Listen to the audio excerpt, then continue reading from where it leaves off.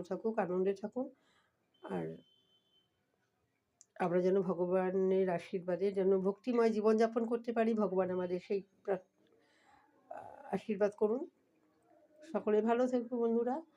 রাধে রাধে। চ্যানেলটা like, comment, subscribe করে দিও। রাধে রাধে।